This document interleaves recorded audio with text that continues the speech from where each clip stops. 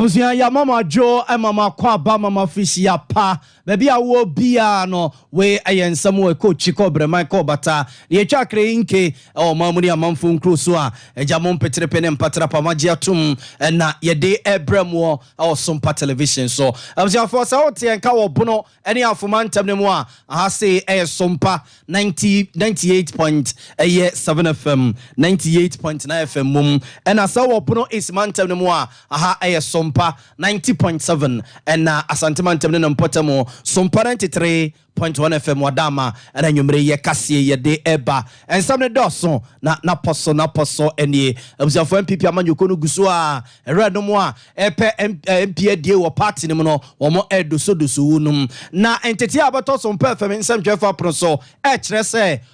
penimpa bia wo pribie wo ma disqualify no enwumre ya ye be convert na se awasantemantema se wi nenkran ne akwa wese ne niema esi eko mampani da John Dramani Mahama ama mamu ni nyina afishia pa asre Ghana mranche ne mabawa si enye ne mugidie ne mfatumi ma no na onnane wo man ne na mranche enya adwumanye opani Daniel Domlevomre bi etwemo no ye pani kwankyerefo a wo data general no oda no wo de afutu akwa mampani na nado danko akufuado ne nyina eye company bia ye from say SML wo mo contract bia no mo ne Ghana ban wo a na ase emu bon a na odwene ho a wonti ase entia na entity so a enwumre efri oti mantem ne mu a abato Sompa FM nsem kefo apronso kire se enkwanta basa ye na esi ye na etu kasa amanfo no ye entity kire se wo mo eprepra ye no pranimu akoye dene ama bra doctor fo so a wo ma mo so edu omo ni ekire eye huwa bonte so ama doctor fo ho no mo akwakɔhwe wunum ye bɛkɔ no mo ya kwakɔse ne nyema sitie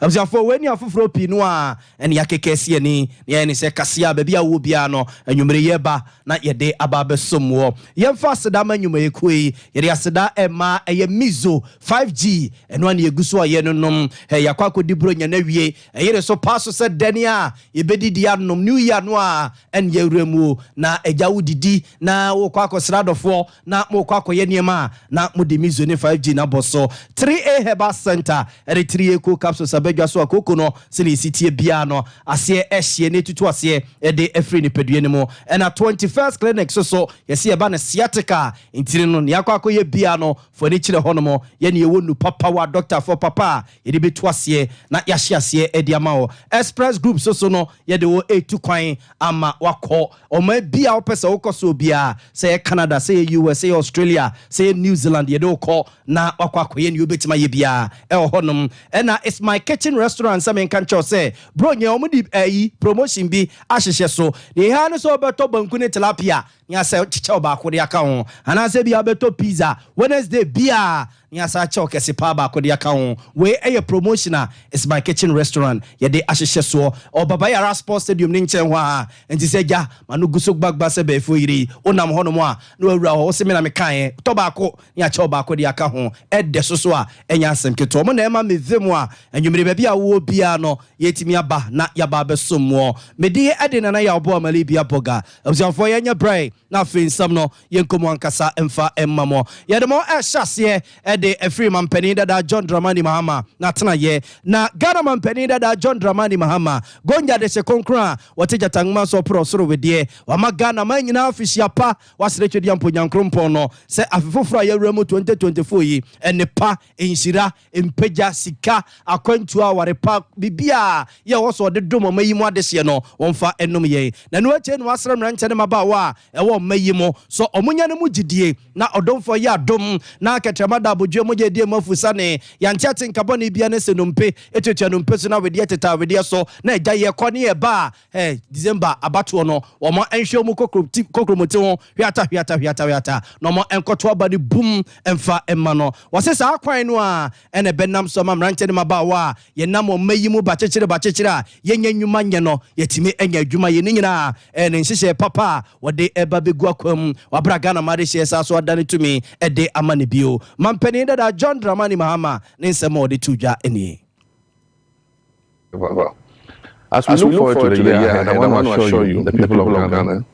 that I'm fully committed on behalf of Ghana's most development-oriented political party, the NDC, to deliver on these promises I've made.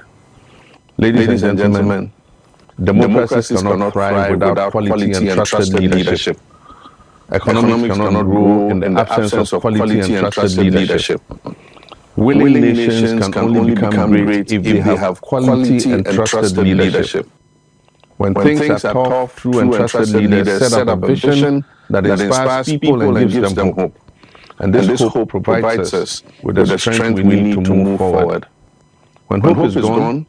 the people who destroyed your hope must also go. They will go on December 7th, 2024. Without hope, danger lurks everywhere you turn. And this is why the fundamental duty of any true leader is to instill hope where there is none, or to revive it when it is gone. A true leader must cause positive change by example and action. I promise to lead the change, and I invite you to be part of the change. When times are tough, a true leader's fundamental duty is to develop a vision that inspires and brings people together. That is another reason I am offering myself and the NDC to you this year. By working together, we shall overcome our challenges and build a more prosperous and inclusive nation. I call on all of you to join me in this endeavor. John Dramani Mahama Mananso no achire na enema odi begua kwam ama mranche ne mabawa enya adwuma yesoso no wobobo so kakra se de kire yen. Academia, civil society,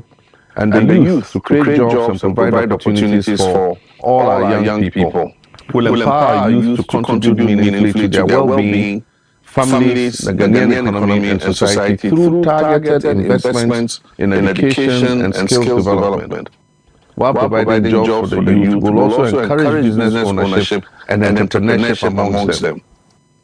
In April 2025, the new NDC government shall introduce a new budget to support and build small businesses and adjust taxes as an incentive for job creation.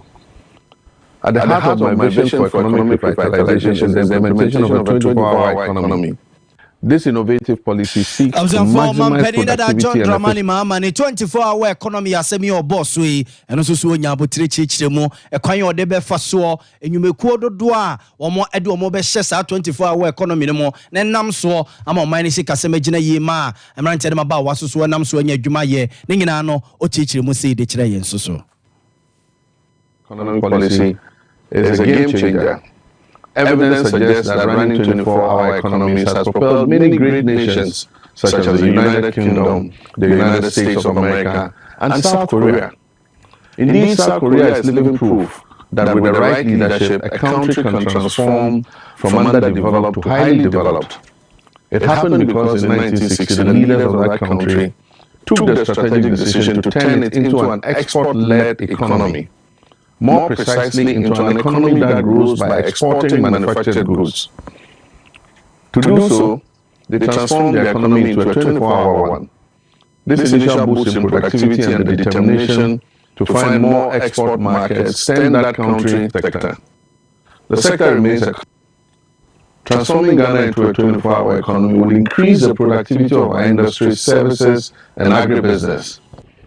And last but by no means the least, John Dramani Mahama Gonja de se konkro tija tagma so pro soro wedia enei wono ena eye chese franketufo de ama NDC amanyuko ne yete nenken we yemra na omagana man nyina afisia pa ena ne suade huno ena ne ntotua owo edemo man so domfo ye na dom ama na so aso ba bedin kuni mu bio abema mpani a na oboboso kakra ede akire ye no ye nto aso ne mfom nkoma mpani na na dodanko akufo do wachiman PSA bema no so na tena ye enra nwumre ena mampani na nado danko akufo do nam ne kasa mafo so ora Eugene he e de krata betu bigwasere se contract bia Ghana Revenue Authority mpenemfo ene atena ya e hwe omayi sika so no ntutu so ne company bia yesi from say Strategic Mobilization Limited for etwenity afro ne se SML for akwasensan no office mu nhyeda na ho no papa emu bone a e ho behia se mpenemfo betena se no mafi omani coach wisi a omoneti asante mo pepe say jare bob no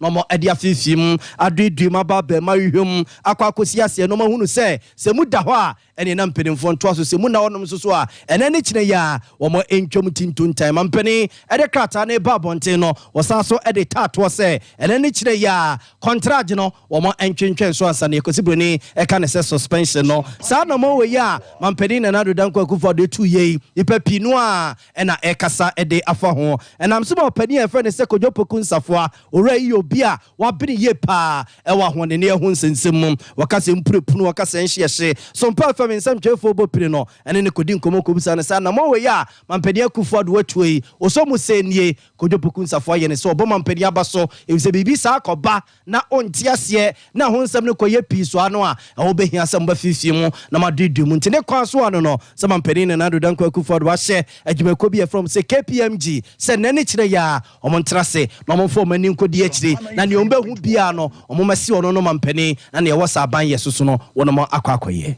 intimo GRE for se mo pese mu hu dodo e baaye hefa ne koye why no so tua tax we why no so tua we are me patrol we here say MPA for edifika aye platform aye about for the computer very sophisticated platform and one of them say GRE for MPA for ni bust for omoje tax free sa petrol na mo GRE for mo tax free mono inti mo fayen ko mo sa mo platform so because that 1 liter of petrol ni diesel no our GRE would proceed this woman no MPA for 50 pesos bust for 2 pesos inti omo nyina no they have vested interest say on me dey omo be say that petrol no and diesel no nipa of fire no what share the tax no who is here no ba for a third party company the uncontrolled depot now on monitor volumes are eba the volumes are eba no already MPA is monitoring those volumes if you are denting now here a third party company to go and monitor that volume and me feel say after film kakra na me feel say Ministry of Finance no were ill informed Ministry of Finance were ill informed by GR because the GR for now omono is very interested in taxes no omo ko catch the finance for say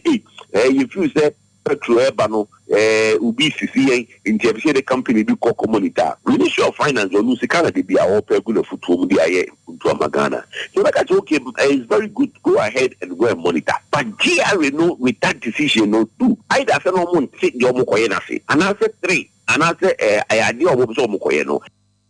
Abzafo we ayo no nyamfo kodwopoku ensafo na yete nenke we obi a wabene ye pa e wa hone ne ho nsensem mu e ho dwadie ene ho mpempra wade de we ye frukutu mo kase mpunu a epuno kase nhyeso so ahye ene ne nakwakodi ho enkomo no na abzafo anso ho a yewra Daniel Domelevo emre bi atwemu no ye pene konche for woda Auditor General's Department ya no wono so Sompa fam nsem twefo bopine no ene ne kodi asemi enkomo kobusa ne se SMLO se wan no Auditor General for nei GRA ne Finance Ministry yese wonum no makwakose sa contract ya Ghana ye fomongo ho ton ho dwadie ene ne ye wodwaso wonum enhwese ye nkobu Ghana for ne ye mu aban no sa contract we yese ye bon ko a eno ntima mpani na nado danko akufo do wahye se ne ne kire ya KPMG for metenase no monyi akonya emfifi mu ne di mu ma ba mu nhwehwem entuma mpani fo ho no obua ne se nie eno ye ne se mpani na nado danko akufo de toda odwene ne ho aya no wontiase sie pa adwumako bi ama bibia akoso sankoye omo enko hwehwemu a Ghana nyame aye yadom ye wo special prosecutor akobizu na kai special prosecutor honum ada ne amfa sa adwuma na nkoma no ya yesa no ho e de akwakoma KPMG fuyi officer no de mampeni na nado danko akufo de ntwaye. We are not satisfied with the findings of the investigation and we want to do further work, be it an audit or an investigation. We have sufficient institutions existing already on the consolidated fund. Let me draw attention here. What pains me about government is the fact that whenever there is a wastage or a reported wastage, they waste more money, which are not necessary. Why would the President not activate Article 187 Clause 8? He's a lawyer, if you look at it. Article 187 Clause 8 provides that in the national interest, the President, with advice from the Council of State, may ask the Auditor General to conduct an audit. So why would the President not just refer this to the Auditor General? Because if the Auditor General is looking at all those things, he is seized with the power to even disallow the transaction. And if payments have been done unlawfully, he has the power under Article 187 Clause 7B to disallow and surcharge, and that will serve our interest better. It's a serious misnomer because Auditor General has that mandate already. Yoko has a mandate already. OSP has a mandate already. Unless the Auditor General tells us that they don't have the capability or the capacity to do this. Let me give you an example. When I was Auditor General, immediately I came to office, the same pressure was put on for the audit of the medical stores, the central medical stores. If you remember the central medical stores, it is the same KPMG who did that audit. Where is the reporter to today? Nothing was found. In fact, I referred that report to Gloria Akufu. And Gloria Akufu came back and said that he cannot use this report. In fact, it pained me that audit was given to KPMG because I think the auditors may do far better than what KPMG did. So when we are being told that the reputable, what makes KPM the reputable? There are several other reputable firms. So you should have said one of the reputable, but not the reputable. So it is just to throw dust into our eyes, and then they can give the contract to KPMG at the end of the day. Mark my words, nothing will come out of this. A lot of investigations have come. At the end of the day, what happens? You don't see anything. But the point I'm making is that at the minimum, the Auditor General, when he comes across unlawful transactions or payments which are contrary to law, has the mandate to at least stop it or surcharge so that we can get something out of it. But it is passing a different way. I was here way ayo penny Daniel Domelevu one no name bi atwam wada Auditor General's Department ya no and no so so de nsusie ene na dwene eba no mampeni na rodan kwakufu ado na mo awatu yi se yi contract ya SML for Ghana Revenue Authority mpedem for eno mo esensan na ne kire ya wada mo entwentwen so na mfifi mo enkoso KPMG for ene enkotena se nkofifi mo no eno che so on the office eke de command special kwasi Peter no a kono no betima ye adwuma na ye sense mampeni ede kwa koma KPMG for no abza for ento aso ne yemfom free sansem no ho na yemfom enkonsem fufrum mobeka asene so na numu no mo ebeto dwa se eye MPP mrasebe fo bi no masore o mrasebe fiem se mampeni na nado dan kwakufu ado ochema PSA be ma boada papa no so mpene to mpene no a ne finance minister Ken Ofuriata no a wo ne wo fase ne wo bone wo mpam no wonyini mfro no mo no mpedi pa afro emesa na wo kan bi eno maye ho papa ye ne a kese ye ton aye nto ye koso yenya hwe emfa mafie no MPP mrasebe fo ye sorry no no mo ke kakobe wa hadru ba bi kra no na kese atra wa ha no mani bedia na bedia nya asem ketwa emu wa ne yakote ye si asisi kani prema ni bi atwa MPP mrasebe fo no mrasebe fie mu a na nke okwakope kakra de ama wonum se be ya sa de no mo peso mo ye no a chenchire nchina o mo se mampedi na nado danko akufa no wofase Ken Ofuriata finance minister wonyina die no ebe ya wo mo ensesa wonum adwene sa sikani kro besi ne eja sofu bi din wo so obi nim he so wote se hwan so wote se de se wote he se na adwuma ne de sofu ni din wo so obi nim o eno ntim perimfo ye se ne wo mo ede kwa koma special kwasi Peter se be ya won tena se na sa sikani kro no a na kwa koma mrasebe dwafo ni sika ama sa de no wo matimi ejaye no wo mo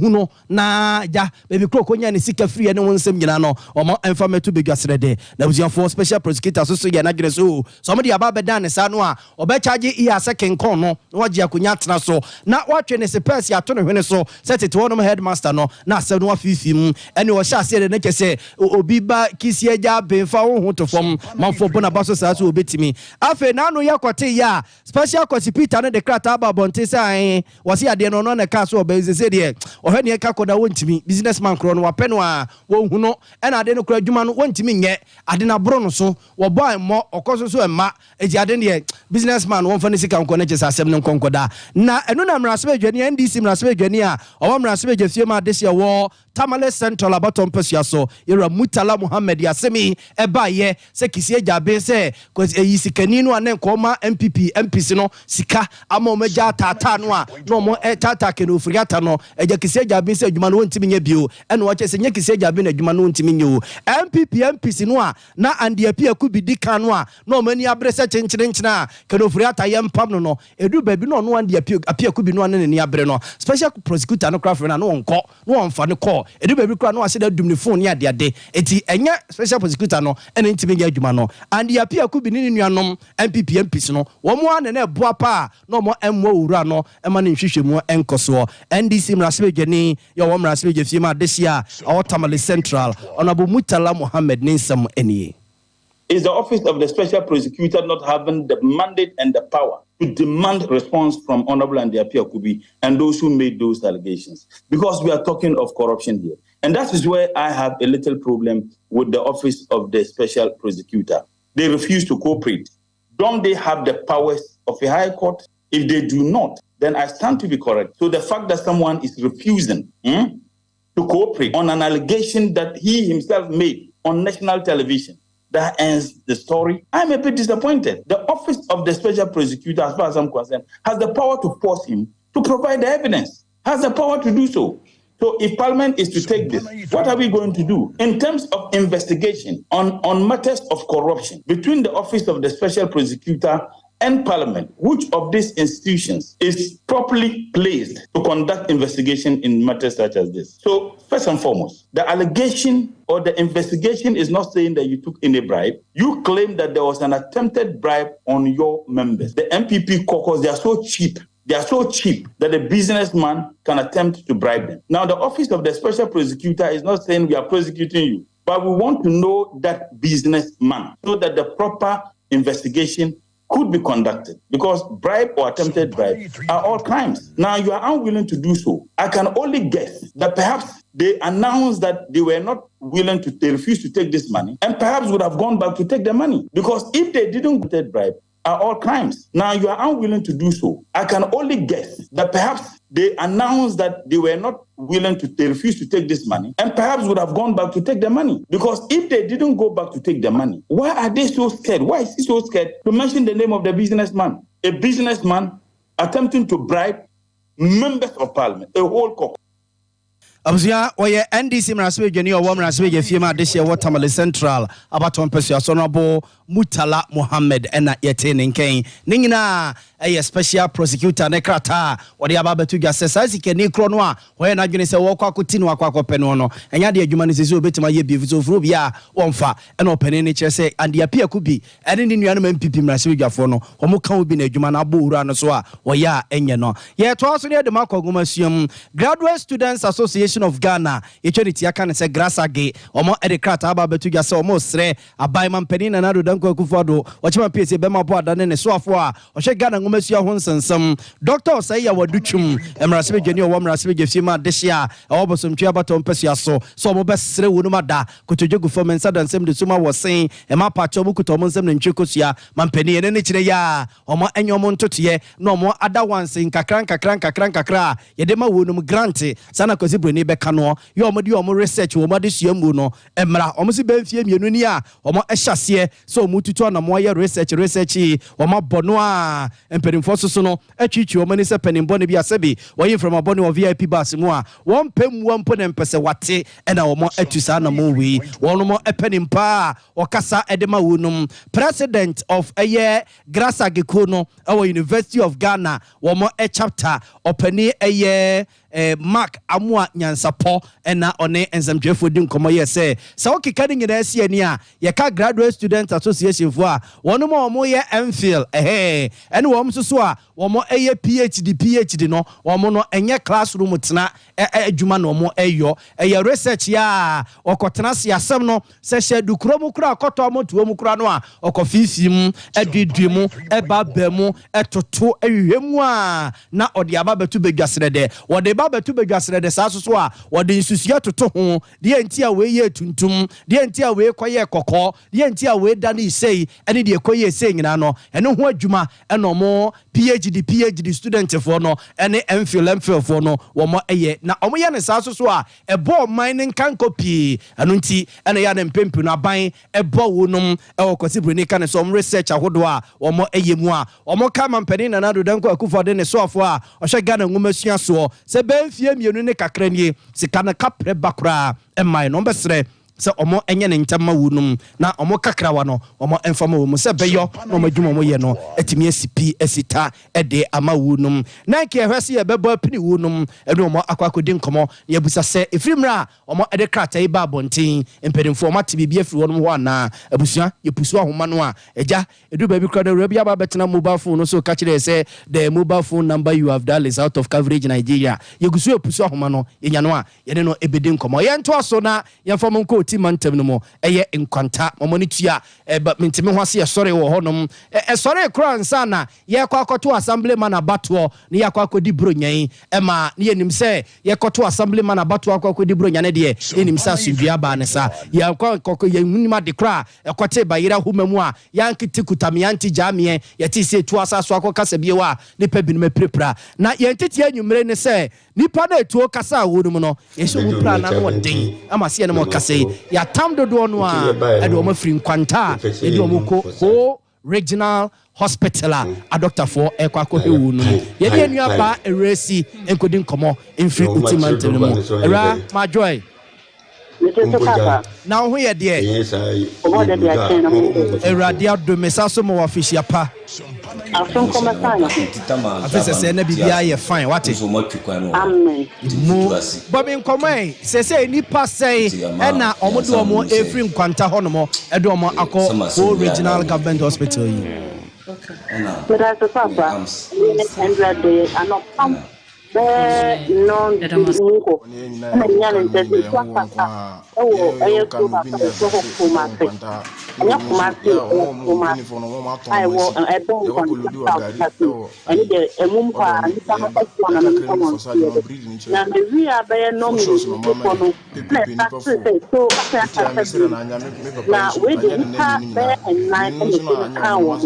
na o ma ko lu ko ani e keri ai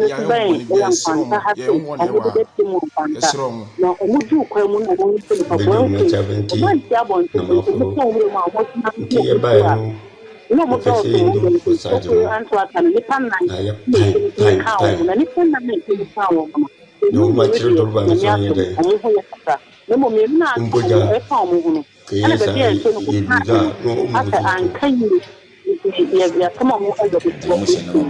na ni pa mi ba ko me yem na hanu mo e fa ni kan ye me ti na se na wa sama su ya na me chi aye ni ti mo no ana na mo na wa ni na ti no e ti kan ko mo de wa ya wa sama mo de ko ko mo ko ko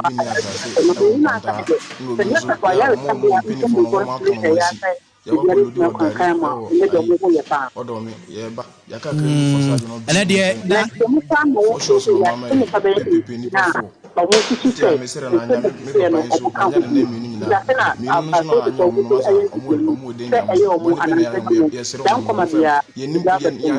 na chese nipa na etututuo no emu bensia soso no ya chi wo manwumre ya meboa posifo eye nhwehwemu se omunim ho bie so omunim ho bie omunyina wo post akate yo na sesei enkwanta krom hot se pa se utwa mfoni a kire ya efri etuo no kasa ye no e de besi enadua yi krom hot se semester kuma de apishina na ya papa say bi de so de no e ko fancy baya busu ni nu aka metome wan ko na nipa pina na jesuko nipa pina na jesuko ena de na so say na bi ko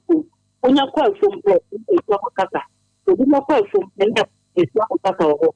mo bi e ni ko e ni na ya ka ku e ni na kefu de le so bo no de bi a ko shedo so ni sada ba no Majeresi odi ama memfa wonsi ai na mesra wo sesa wo soso no eya na ahwe wo husi ye dia maye wai bibia ni soso aye besa ba won chen ye da sepa ene wa ma ne hwehwam a wo de amaye e wa hase abzafo wei aye ye koti besa for a professional concern a otu yenkra e de free Utimantem ne mo eresi ena yete ne nken ne anto akase no so ba mo na fe yemfamo enko amanyusem mu kakra osono kokorokwa mpipi amanyuko ne duai ena ma hyase e wo my Ghana ntro do ne ntri asaso a woni omo pe MP die e wo mpipi amanyuko no dim wo Ghana fa na nyina omo edoso wo num na omo hwese fi ne kikawa bia eni omo ho de a na omo ada wo num de ama etua ne yesa ne fa wan pipi amanyoku no mo e mpesi ahodo so na omo akosem akoyi ne obetimi agina de ama party no mpesi ahodo no so na omo hye ase se omo etu sa na mo no odo ani kira santemantama se ya titire ni de man pipi amanyoku no santemantama se Bernard Nchibos yakwa no na sarma ne se chama wuntumi de atugya se ebraso se party ne duru ba bia omo ede ntutu bi gu akwam na MPs bi wo no mo a omo etimi ba omo ho ban wo se yewura num bi wo no mo a omo emu odu na emfaso a party ne enya difri omo so o mrase be gafiem ene wo no mo empesua so no wo se party ne ye nheseye no mo etimi ba omo ban kwambi so ebo wo num omo mutimi edi nkunim e wo mo empesua so koso a etena mrase be gafiem ne nyina eye mfaso pewa party no eya na mpempi omo tanya edi efri wo no so Bernard Nchibos yakon chema wuntimi nkoma one Sompa FM nsempwefo edi ye kakranie. Let him go for the one who is popular to come, because we need majority of the MPs in the parliament, and that is the truth. And the truth is only small people who can be bold like this and tell them. So as a Central Region, this is appeal. I have appealed to the constituency executives, coordinators at the polling station. It's in your hands to decide. Listen to your people and choose the person. So look at the NDC candidates and bring somebody who is more noble person than them. Then the people will vote for them. Thank you so much. Let him go. Abzianti wey aye titire ne de ma so no kokokwan pipi amanyoko no wasantemantam Bernard Nchibos yakon ya dodo na asarmra ne se chairman wuntumi na yete ne nkan na enu akire busuafo wono vete na wono ye no wasantemantam ase no anopa no a na busuye be yake oba yesi se odo ani kira danse asokwa abaton pesua so a oru bia wone onobo keti yamon na epre de din de same benefo dakwa ono abo keti yamon aka kwaterekwa is your name, is your clofo ono akrona na saso yeso afo a ohwe Ghana yemfidi nwuma ene dwade hu nsensemo ne no na epre na branch ba koka ho anopa no a ene be yesi se asempedin for the krata bi akwakoda vet committee no so run no mun disqualify no e ba sey no agya Sompa FM nsempwefo ye koto same benefo daka ho no ye buza ne se ne ye tete ani o ne mo no hu keti yamon ni one na koba akwa mo na criminal rewo se kra wasa so obedi minister sika akra ba no hu obetimi no ene wo che se kai obefa ne se yi no o have no because 2020 none has ever contested it. There's never been primaries. So it was something that was unthinkable. Whenever anybody hears that you want to contest the KPM on stage, now they are also now they say but a new crowd in our go to an amount. That's our for living a GBB. If you have maybe a saw, if you abandon this rope, I'm not going to that they see here. Let's say, Bosman. So, it is so I was a point way. I same benefo dakwa waye obia wayiniti wa dansia so kwa baton pesua so one honorable Keti Hamondo e kwa kopre e wo empesua no so de tete ye anopa no ene se na nipa binum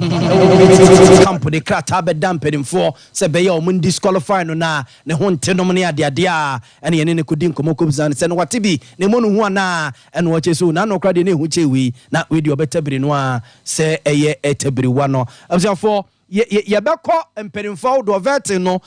nkoma hodo ene se ne amanfo veti nkosi yesi etimi busa obi na chese mfifire pramo a pram no kosa no chese wo yi anu anyi kaboso gbagba wakade no de esene wanwan bom ne nyina ne yesi ekoso na ye beko ne akoti o monsem no na me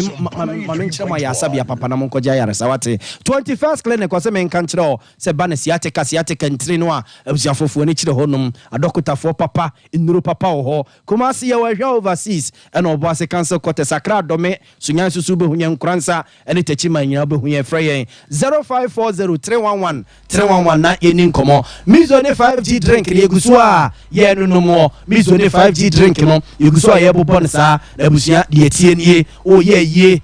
wadi edi bronya na wie ye ba be ye be ko wadi bronya kura de monfo ye wadi a ya dore lanchi o mo mane ade a mizo ne 5G no a ene ye didi 5G ne kura de mo ma ko didi bronya yi akotwetwe bie ma hango va cheche mo ne ade no uguso agumpam ade ne tete mo ne so nya 5G bossa no a e ma vim o sori e tire no pane ke so kwa ko ye adwuma abusiafo nye na e udwa so opebie etu atonia 0246270221 3A Herbal Center and the 3A cool capsules abegwa so akoko no etise ya asie betu asie behye abusiafo bronya no yakwa we nam are niema guyeyam ebewi asie ntima nane a na abeda ni koko tua oto ni tiranye na bepie nani ho abusiafo 3A cool capsules koko no an ye nunum e Food and Drugs Authority impede faji atum enye na owo eye pharmacy shops and drug stores awudu no mo 0546 107107 0546 107107 na ene mpemfoni hu nkomo pebia nom epebia etu atone ene ade a ofre no bedi nkomo yentwa simra ye ba pia ka kire MPP vet no ya tese penin kese bi o ma disqualify na nyumre ya ye kwaba ye de mo akọ party officer 21st clinic yes sciatica expert sciatica no o nurse na wo to ase na fa wo siremu na fa wo nansia be si ase ho no se hu tichima eno ene ye fa ne sciatica na etimi bubu o to ase ka wo se dwe wo sirem wo je wo ba bia enye na eno na 21st clinic ba ye adwuma pa wo mu ye ntia baso bo ma je no Ghana ha ene amono ne enyasem ketua Womuji international awards awodo womuji local awards awodo na anu nso na womu bie the only sciatica research and treatment center in Africa bibrim hano ebi baby a this 21st clinic ngwa womuji bibidro and the person we no masa the machine aka ho ya sabia ya bia wutimi de ko ne mo made pa ko wo magidi wo mu pa no sciatica na stroke nso de kwa diabetes ne hypertension ne ade Ghana ha baby a wo mo ho 0540311311 0540311311 that's the 21st clinic wo mo sciatica expert.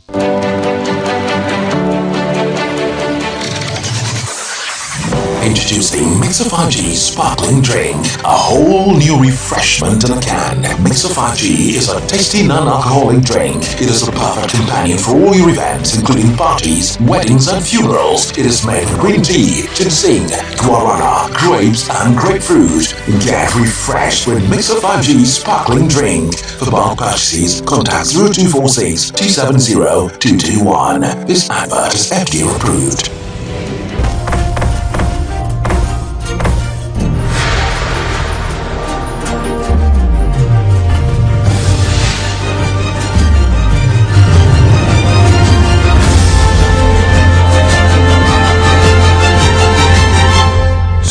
TV Emma Akitiapa.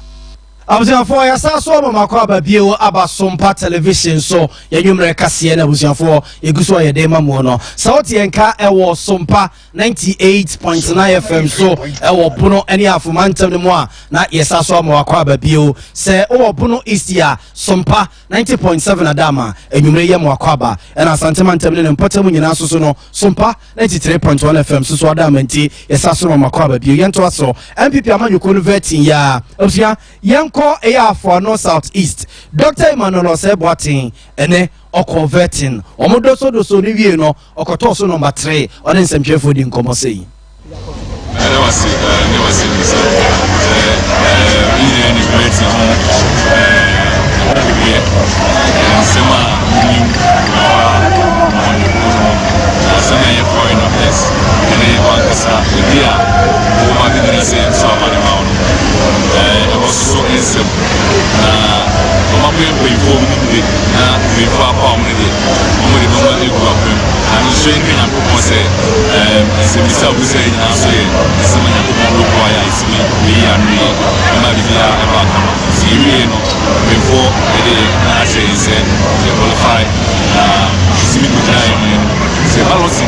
and it was safe up there. I didn't know why you know you. I never got any success. And then you said, so upon playing,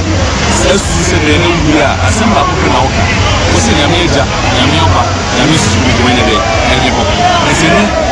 after policy, we have a bunch of doing them. Ama,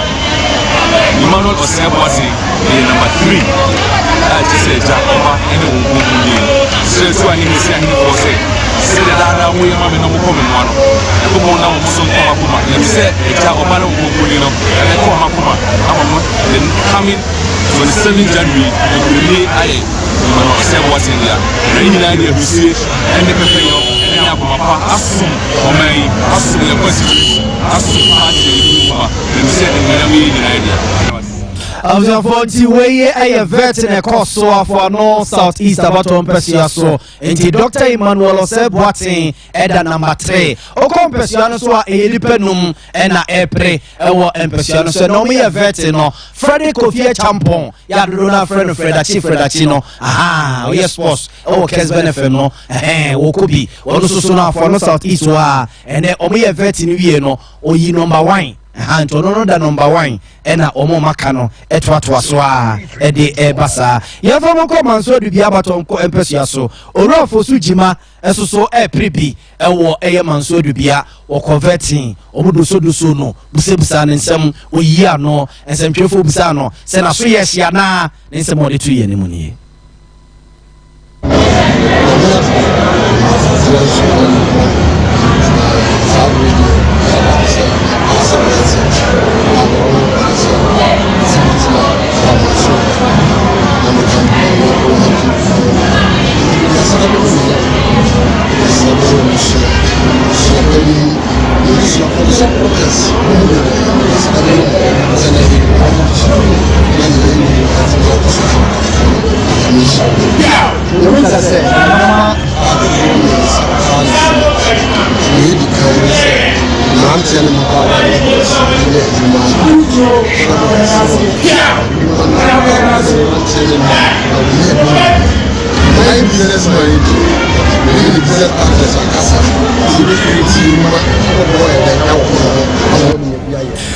for young to us so way a man so do piano no man so do piano so call no more or more a be enum and a prayer man so edubia MP Ogunde wom and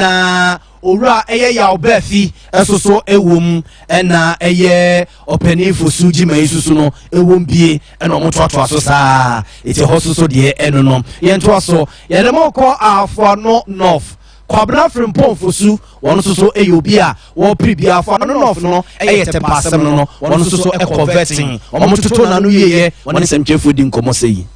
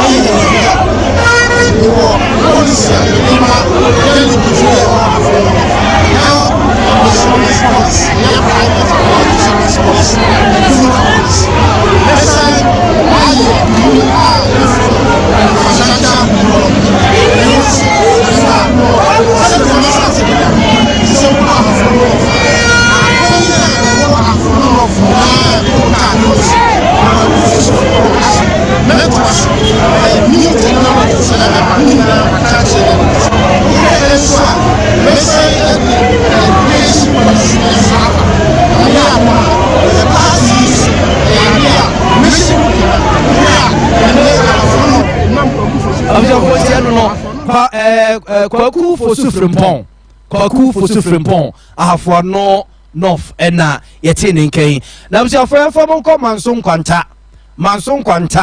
Professor Albert Kwam wasaso ababio el manson kwanta so nipa benum Prof Kwam wom omok MP ayi obentachi ewom ena ayi yentumi esusu wom ena ayi doctor so ba ko bi susu wom ne omo etwato sesa Prof Kwam so ene yedi nkomo ko no vet wie no ya so media e kama ye no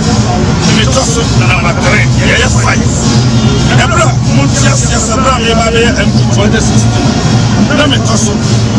na ano no yeah some and na to so me 4 we have 5 and na to so 3 last day na just it's we no sana it that means I'm the symbol me your part as an MP to break the 8 for MP you have got 10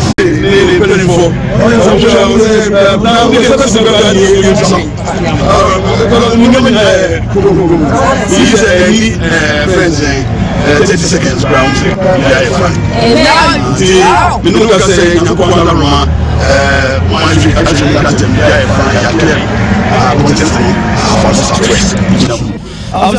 Professor Peter Chumasi, and yet in Kane, for no Southwest about Pesuaso and our play. National Sports Authority when the down said you mean I say, said you mean I say you as a person will be DMP, every day. Said you granny into my MP. As a foreign trousseau. Now, your former command so a require Mansum Popo some check about Tom Pesuaso. Doctor say you were drinking. Doctor say you were drinking ye one quan echo, one quan equa, Ubia, and then Uncle Kusia KPN to a call. You could see when they can say one post to a year need ye no, on so I can say a chance and cheerful. Mama, you gave birth in you said, a baby has been 2024. Africa, say, MPP, never released that. That's like 2 million. They are going to Papa for. The 6 schools are called Madana for. The junior high schools are for free. I am public school, and so we are a salary of us in Babylon. A Juma way, the Bay, Ghana for, even in 2024. Jumapa, I want to know about some share. Yeah, I'm some of my in Paraco, dress away engineering and medicine. Or about some shit. Now I am Messina. Ghana and our doctors in the chamber.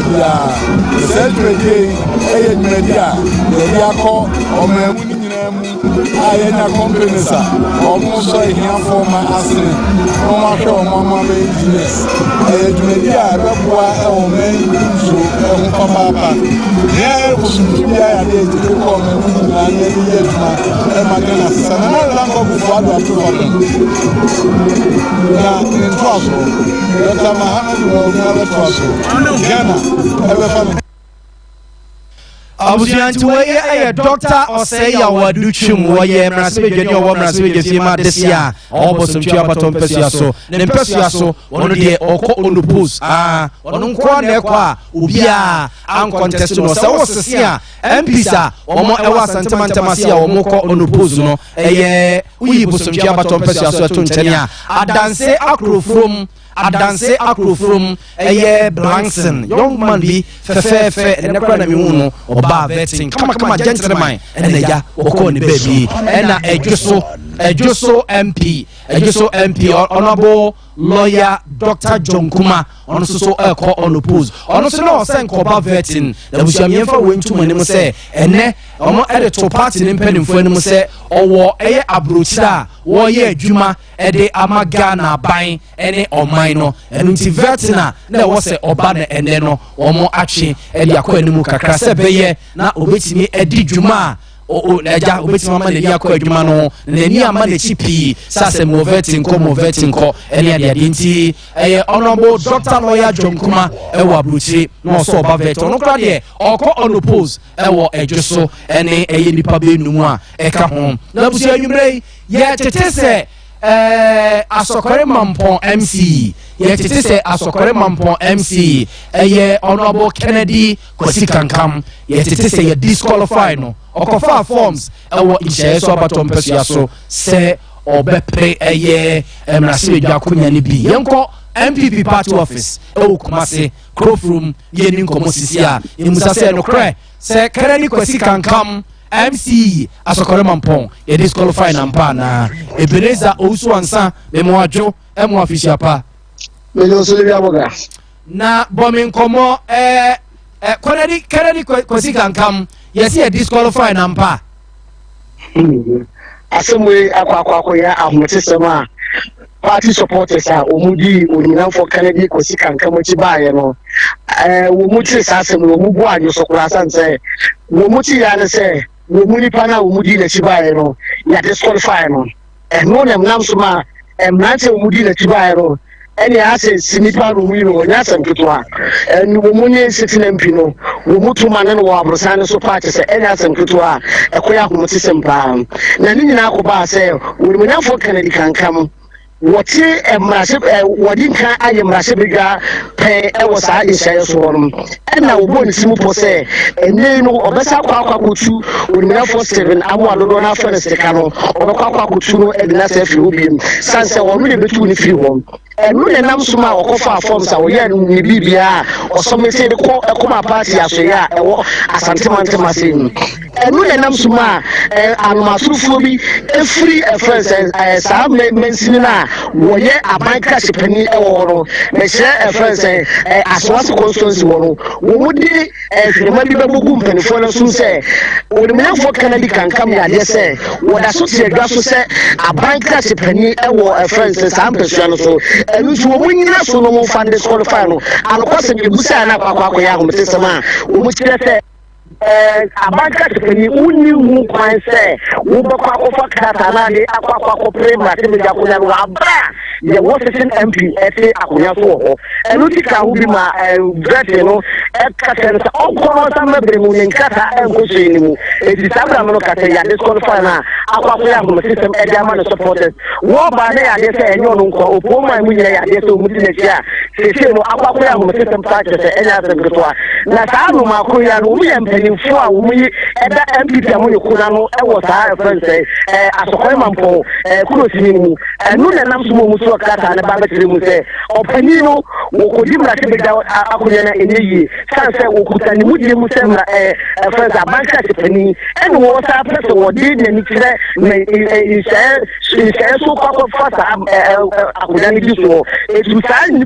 pa ba ko no wo ti mi ko fa position ni ru fanto se sa no kata de ya disqualify na sisiano ne kata anko se ma yeyi ne kata atwashe ne sisiano no kata eben to boma menti Kennedy kwasi kankama oye abanka sepeni ewo asokore mampo municipal assembly a okofa forms ewo inche so abatom pesia so ye disqualify ne chemi we mo unse so mo ye vet ni wi a na me no wo ho no ma no pa no omo eye vet ni wi a so ko nhye so nipa miensa na afa nkrata Kennedy kwasi kankama ye ka no wasemi oka ho na eye current MP broadcast na mo no mu ade mu de bi ehia no complain kwa from to me enko a friend dey honorable Dr. de Stevenamwa uhia na complain kwa de bi MC am ya na yare na de ne be de na makaridi na ba ko no ka no so your friend say your friend Jojodum enti unse so mu ye vet ni na wia eya omu ye balloting ema omo etimi clear omo ase asem ye ni omo no omo kwa omo makono omo ye ballot ma omo etemra yes ye disqualify Kennedy kankana chese ballot omo ye no anka ubi meboa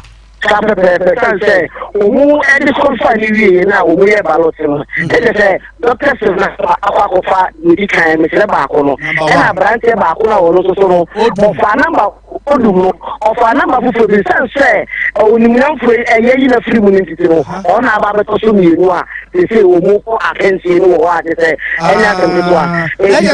eben tobo na kese se kafa number 1 because increment bi ade ye ma o eda number 1 ena your friend Kennedy kankam ko yi number 2 meboa ena wonu kwa de wa ti afa form ni wa afa ahikra kata na ye de guya ballot no say omo ya no say ni kata ko say eti odum ko yi number 3 anom ni number 2 meboa sa mami fonsi ya medase pa abzafo we ye nyu ebirize usu ansa ene yakole nchen ewo NPP party office okumase kurufrum NPP party office okumase kurufrum intolerable Kennedy kwasi kankam awoye MC ewo asokore mampon ye titi anwumrei eno no ene se NPP mpanimfo disqualify no NPP mpanimfo disqualify no se otoaso eko injeso eko prem na sebedwa akunya no ede ma party no a enye ye pusu homa no si ebeko openi no the camp na yene na kwa kodi nkomo ye gusu opusu huma no yanko ayawaso west wogon ayawaso west wogon mpesu aso yate so peri bia ye friend Samuel Owusu Amankwa ono so kofa forms MPP amanyuko ni dimu so mo emfa eja twani ye say no for no encho no so ba ye say ne ono so convert no o ma disqualify no na oni anu akojo bafo a o ti enkrafo nkrapompre mantemu edi nkomo e ma o cheche ni nsemu se di kire no me call ye no em say manga basi me di kai ba ye meeting no the best in 11 na efenfo ni meet na dem e bibi ko mo bebe se bi dai ko na me ma ye madam no en ko no post na okun no ni wa ye den na me ka se won se debi e ka bi ma mi ka ja ma na yesu se me ko na me su a me support ma me no me se ma me so we a ma me so su a o be support me the science o ma yi na kwan le enko the first another meeting with the regional chairman Divine Agohom excellent point blank say elections way me kwa elections way omo betimi abon mafia taxes lewom omo pa myself say me step down and mama me no this is so mama me dey step down man because election yeah na between the bottom ska forms it is in Islam omo man final contest me call betting you was a person A, B, C, D. And they say, you are disqualifying me. I didn't see ya. The news, but here for only 3 months. I was set to meet you about I didn't see ya. I was you 3 months bar. Now go baby. Hey, now my way pa. Okay, there. Set us to go here, you. I was about to way. Ora Samuel Owusu Amankwa and Ocheche Nisemo. The Joe ma disqualified no. Ayawaso West Wogon and what is a party for the say. Oche use 3 months. But I was what you say. Uja say, yeah. Oche use 3 months. You saw the one crying. I was for Dominic Kwabenya. Also so I seketwa ija wom honorable Sarah Joasafo ene professor Michael Koe ne ba Michael Koe Junior ene DC akan na Joasafo converting oyeye one nsɛmtwefo edi nkomo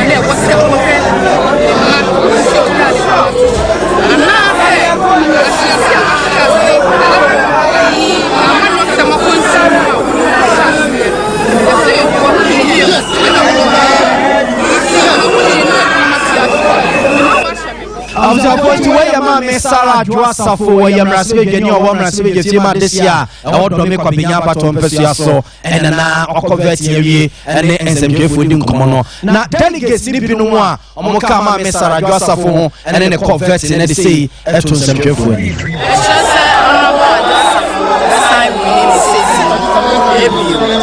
Because I do I knew my probably no matter what, you not draw what it's very solid for Honorable Adwasa, and she's going to run again.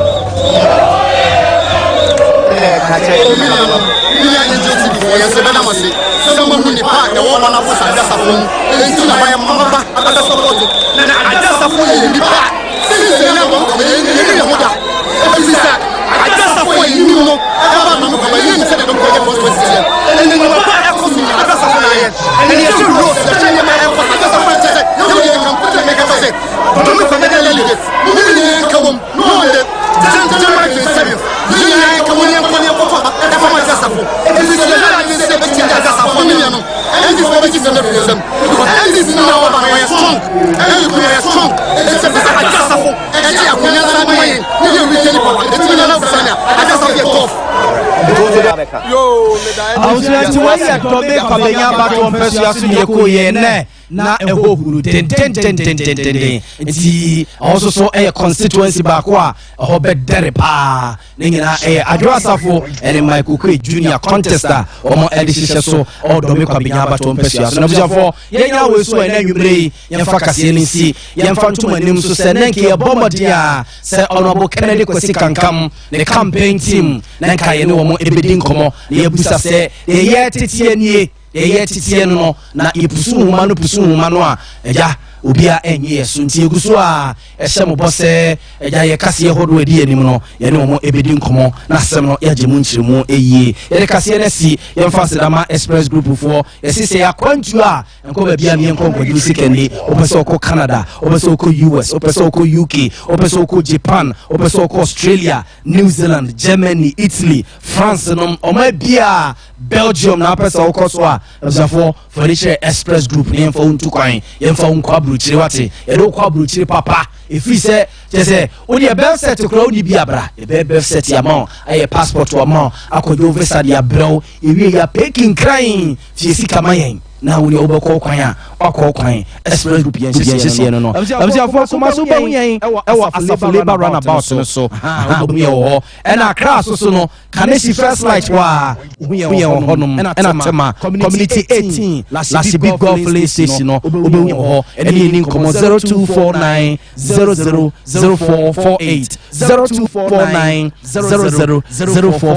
na ye joso na fe ye call it's my kitchen restaurant so tiase na yakwa kudidi almost we are promotion Christmas and New Year na yewrem no ye promotion Sompa pizza ye choba ku free Wednesday bia Sompa pizza for ye choba ku free and out of banku ne tilapia so Thursday bia ye choba ku free banku no and ne tilapia no to wine no a ya saso de wine piu so tiase na what they sing we Wednesday pizza no promotion no Wednesdays bia and Thursdays no banku ne tilapia me Thursday no na me bom pa abusafo ye no to nchane a continental nso be continental dishes no Chinese ne local dishes ni gina onmo eye bi eba no fresh fruit juice ni hompempra wade ye de kakado kakra wo no ye de pineapple mixed fruit tangerine no nya de gina it's my kitchen no dia ne de also ye kama making it's my kitchen no wonimu no awo baba yara sports stadium che hono a it's my kitchen assembly making opese delivery ye de brewo adwumam ye de brewo fie ba bia wo bia opese wo ye delivery ne de koma odofo bi oga bi ni ade a ne gina it's my kitchen for ye dodo fraying 0265 70 0265 70 number is simple and 0248 86 50 46 0248 86 50 46 way it's my kitchen omo telephone numbers no am so for the kase no si ya sorry ama enkaibo kakra mo ya ba bedan ye no ye de atwoso na fe kofuri e de na pamfo ba besum e de yedi aka no atwoso e de amamo kukuwa de chinchin fidie ne mam yanwume yi ya Grace na de ko TV no so santie bo Benedict ne yesem for penny a osanse no mu e de mam ye bidin e de na ya obo mali bia bo gabsafo ya no madwo